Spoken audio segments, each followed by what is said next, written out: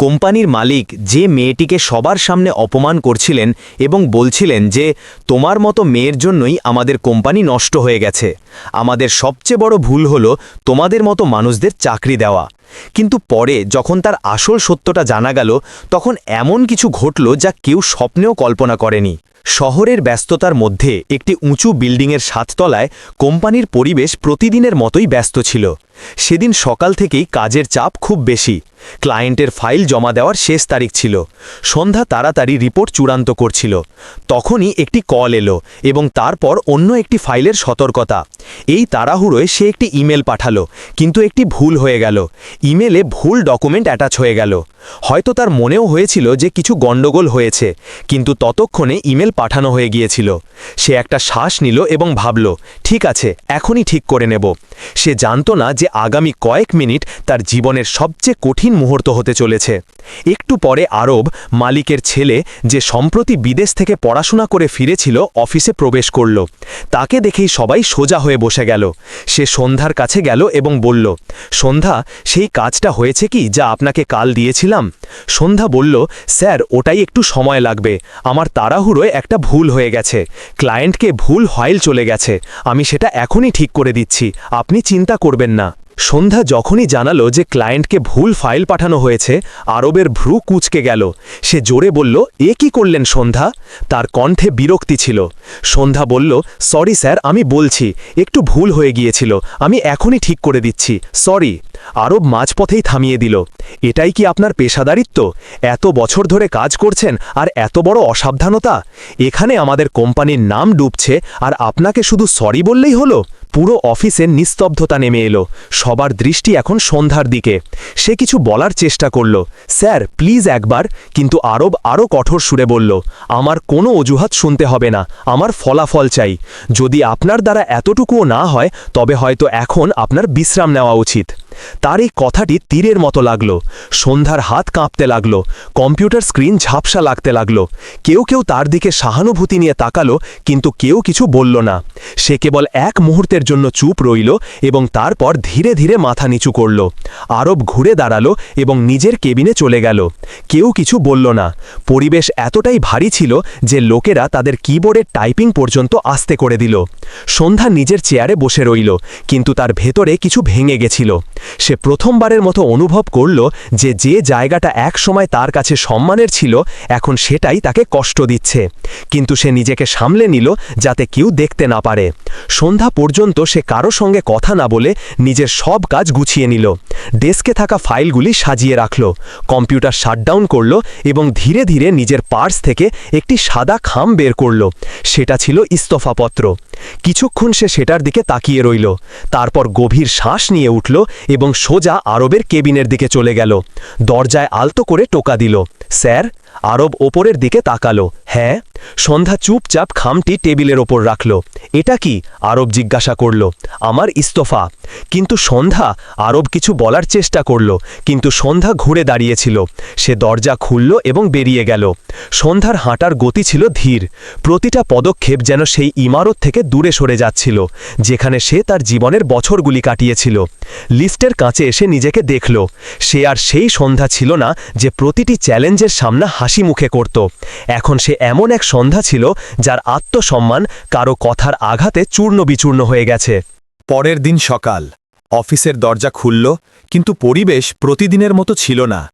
Coffee মেশিনের আওয়াজ ধীর ছিল। মানুষের মুখে একটা অদ্ভুত নীরবতা ছিল। কেউ হেসে শুভ সকাল বলল না, কেউ মজা করল না। সবাই নিজেদের সিস্টেমের সামনে ছিল, কিন্তু কারো মন কাজে ছিল না। সবাই জানত গতকাল কি হয়েছিল। একটু পরেই আরবের বাবা মালিক সাহেব অফিসে এলেন। সাদা চুল এবং সাধারণ চেহারার সেই মানুষটির উপস্থিতিতে সবসময় অফিসে একটা আপনত্ব অনুভব হতো। তিনি চারদিকে চোখ বোলালেন এবং জিজ্ঞাসা করলেন, আরে, সন্ধ্যাকে দেখছি না আজ, সে কি নতুন রিপোর্ট পাঠিয়েছিল? রিসেপশনে দাঁড়িয়ে থাকা নেহা ঘাবড়ে গিয়ে বলল, স্যার, সে কাল নিজের ইস্তফা দিয়ে গেছেন। মালিক সাহেব থমকে গেলেন। কি? কিন্তু এমন কোনো কথা তো নেই যে সন্ধ্যা ইস্তফা দিয়ে চলে যাবে, এবং তাও আমাকে না জানিয়ে। তার কণ্ঠে বিস্ময় এবং রাগ দুটোই ছিল। তিনি সঙ্গে সঙ্গে নিজের ছেলেকে ডাকলেন। কিছুক্ষণের মধ্যেই আরব তার সামনে দাঁড়ানো। ড্যাড, আপনি ডেকেছিলেন? হ্যাঁ, ডেকেছি, বসো। আরব নিজের মুখ গম্ভীর রাখল, কিন্তু তার বাবার চোখে রাগ ছিল। তিনি আরবকে জিজ্ঞাসা করলেন, সন্ধ্যা ইস্তফা কেন দিল? আরব একটু দ্বিধা করল, তারপর বলল, তার একটা বড় ভুল হয়ে গিয়েছিল। ক্লায়েন্টকে ভুল ফাইল চলে গিয়েছিল। আমি তাকে বুঝিয়েছিলাম, কিন্তু হয়তো সে আবেগপ্রবণ হয়ে ইস্তফা দিয়েছে। বুঝিয়েছিলে? মালিক সাহেবের কণ্ঠে তিক্ততা নেমে এলো। বুঝিয়েছিলে নাকি অপমান করেছিলে? আরব একটু চমকালো। ড্যাড, আপনি আমার সঙ্গে এমন... আমি তোর সঙ্গেই এমনভাবে জিজ্ঞাসা করছি, তুই জানিসও কি সেই মেয়েটি কে? আরব বিভ্রান্ত হয়ে বলল, একজন সিনিয়র কর্মচারী ছিল যে বহু বছর ধরে এখানে ছিল। এটাই তোর তার সম্পর্কে একমাত্র পরিচয়? মালিক সাহেব টেবিলে হাত মারলেন। সে সেই মেয়ে যে 3 বছর আগে এই কোম্পানিকে ডুবে যাওয়া থেকে বাঁচিয়েছিল, বুঝলি? এত বছর ধরে সে এখানে ছিল। এ কথা শুনেই ঘরে নিস্তব্ধতা নেমে এলো।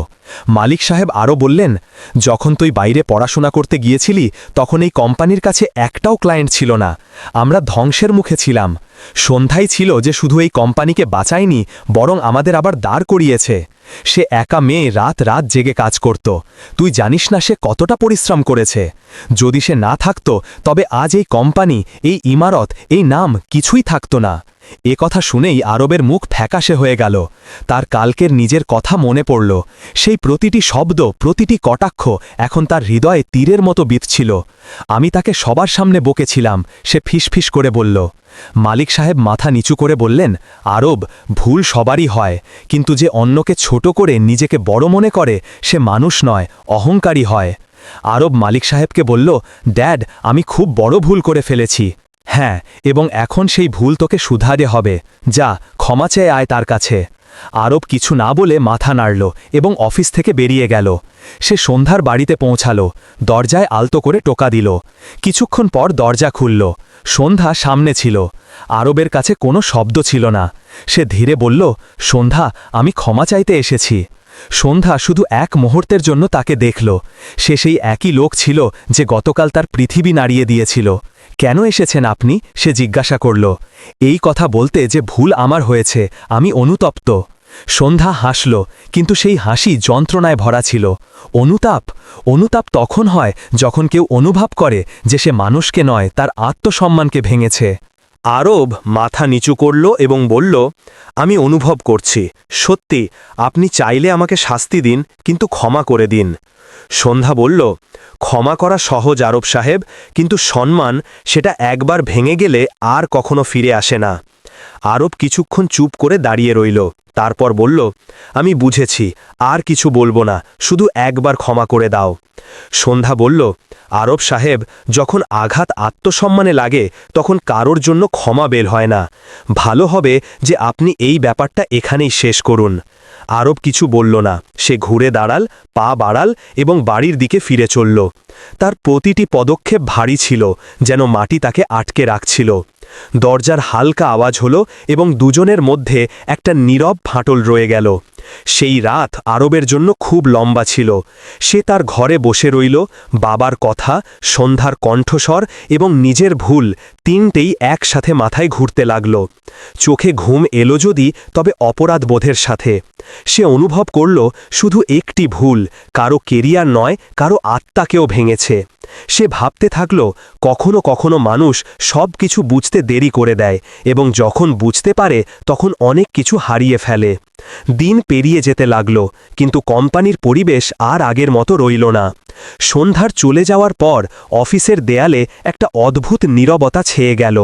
লোকেরা কাজে আসত ঠিকই, কিন্তু মন থেকে নয়। ক্লায়েন্টদের কল আসা বন্ধ হয়ে গেল।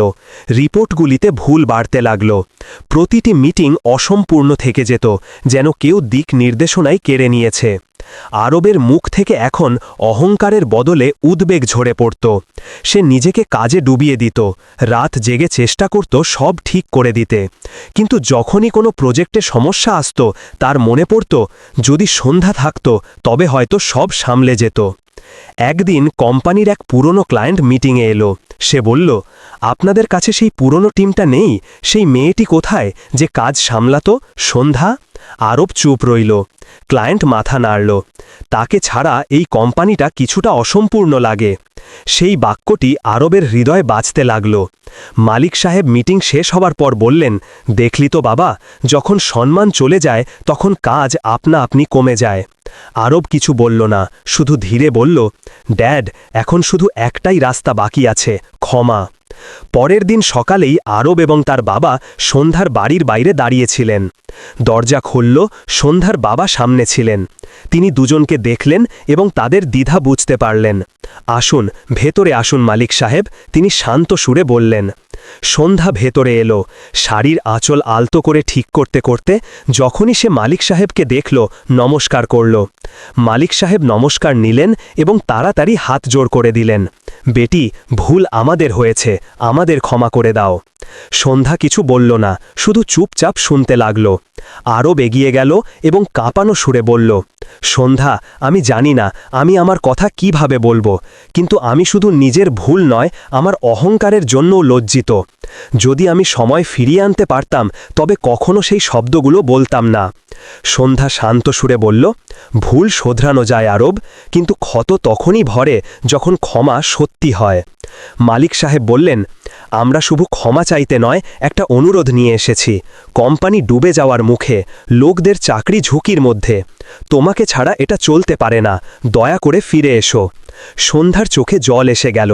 সেই মুহূর্তটি দোরাস্তার মতো ছিল। একদিকে তার আত্মসম্মান, অন্যদিকে তার কর্তব্য। কিছুক্ষণের পর সে ধীরে বলল, আমি কোনো কোম্পানির জন্য নয়, আমার আত্মসম্মানের জন্য বাঁচি। কিন্তু যদি আমার পরিশ্রমের সঙ্গে অনেক পরিবারের রুজি জোড়া থাকে তবে আমি ফিরব। মালিক সাহেব হাসলেন, চোখও ভিজে গিয়েছিল। বাস, এটাই তো আমরা চাই বেটি, আমাদের কোম্পানির তোমার মতো চিন্তাভাবনার দরকার। আরব মাথা নিচু করে বলল, ধন্যবাদ, এবং ওয়াদা করছি এবার আমি শুধু নামে নয়, মন থেকেও সম্মান করব।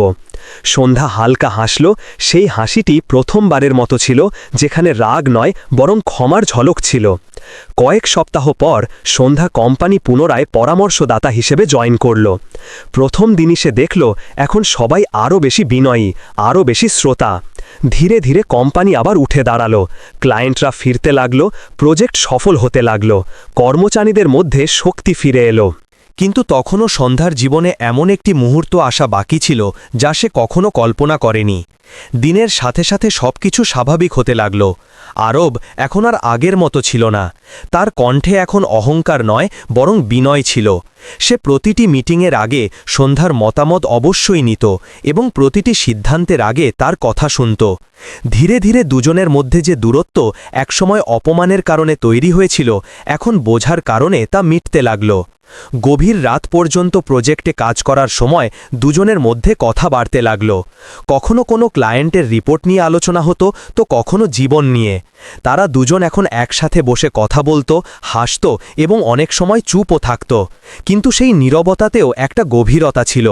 প্রতিটি দিন যাওয়ার সাথে সাথে দুজনের মধ্যে এমন একটি সম্পর্ক তৈরি হতে লাগল যার ভিত্তি সম্মানের ওপর রাখা হয়েছিল এবং দেয়াল বিশ্বাসের। মালিক সাহেব দূর থেকে এইসব দেখতে থাকতেন। তিনি জানতেন যে তার ছেলে এখন সেই আরব নেই যে অন্যের ভুল নিয়ে চেঁচাত, বরং এখন সে সেই মানুষ হয়ে উঠেছে যে অন্যের আবেগ বোঝে। এক সন্ধ্যায় তিনি হাসলেন এবং বললেন, এখন শুধু এই কোম্পানির নয়, আমাদের বাড়িরও সন্ধ্যার মতো বুঝদার বৌমার দরকার। আরব একটু হাসল, কিন্তু তার চোখে দ্বিধা ছিল। ড্যাড, যদি সে মানা করে দেয় তো? মালিক সাহেব হেসে বললেন, যদি তোর নিয়ত সৎ হয় তবে সে তোকে অবশ্যই বুঝবে। কয়েকদিন পর আরব সাহস সঞ্চয় করল। সন্ধ্যার সময় ছিল, অফিসে সবাই চলে গিয়েছিল। সন্ধ্যা মিটিং রুমে নিজের ফাইলগুলি গুছাচ্ছিল। আরব ধীরে ধীরে ভেতরে এলো, কিছুটা ঘাবড়ানো কিন্তু চোখে সত্য ছিল। সন্ধ্যা? সন্ধ্যা ওপরের দিকে দেখল।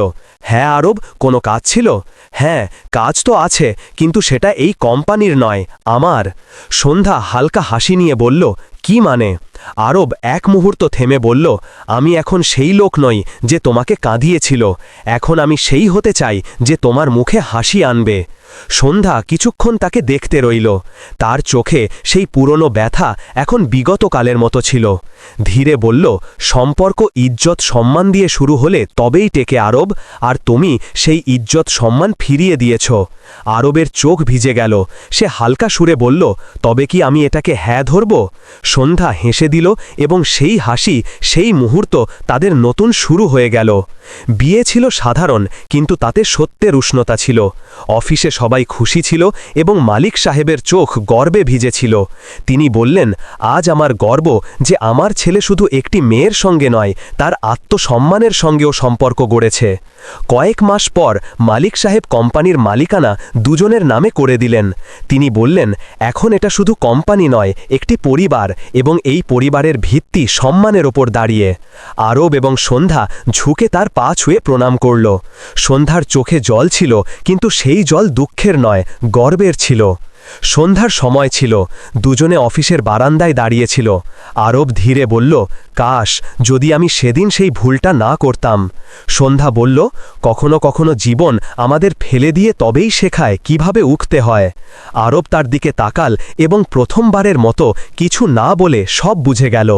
কিছু মুহূর্তের নীরবতার পর সন্ধ্যা আকাশের দিকে দেখতে দেখতে বলল, যখন সম্মান ফিরে আসে তখন জীবনও ফিরে আসে। আরব তার হাত ধরে নিল এবং দুজনেই সেখানেই দাঁড়িয়ে রইল, যেন সময়ও থেমে গেছে এবং পৃথিবী অবশেষে নিজের সবচেয়ে সুন্দর গল্পটি শেষ করেছে।